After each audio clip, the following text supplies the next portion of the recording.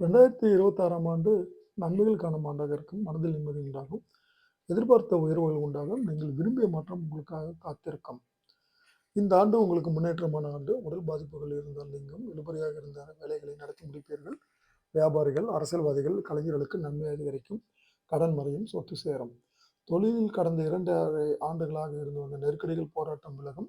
வியாபாரம், நிதி நிறுவனம், ஸ்டேஷனரி, அச்சம், செய்தித்தாள், நோட்டு புத்தகம், கேலண்டர் தயாரிப்பு, விற்பனை, தகவல் தொடர்பு, விளம்பரம், ஷேர் மார்க்கெட், கான்ட்ராக்ட் ஏஜென்சி, கூட்டுத்தொழில், விவசாயம், கால்நடை வளர்ப்பு, எண்ணெய் வியாபாரம், மருத்துவம், ரசாயனம், டிராவல் ஏஜென்சி ஆகிய தொழில்கள் நன்றாக பெருக்கி வருமானங்கள் பெருகும்.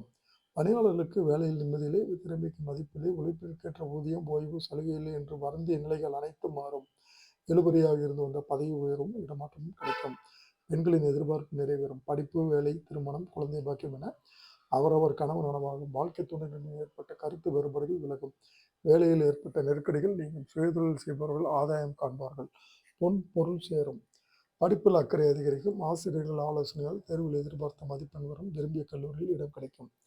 சனியின் பார்வை உங்களை விட்டு விலகுவதால் மருத்துவ செலவுகள் குறையும். ஆரோக்கியம் சீராகும்.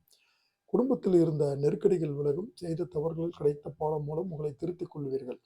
வாழ்க்கை துணையின் நலனிலும் பிள்ளைகளின் வளர்ச்சியிலும் அக்கறை கொள்வீர்கள்.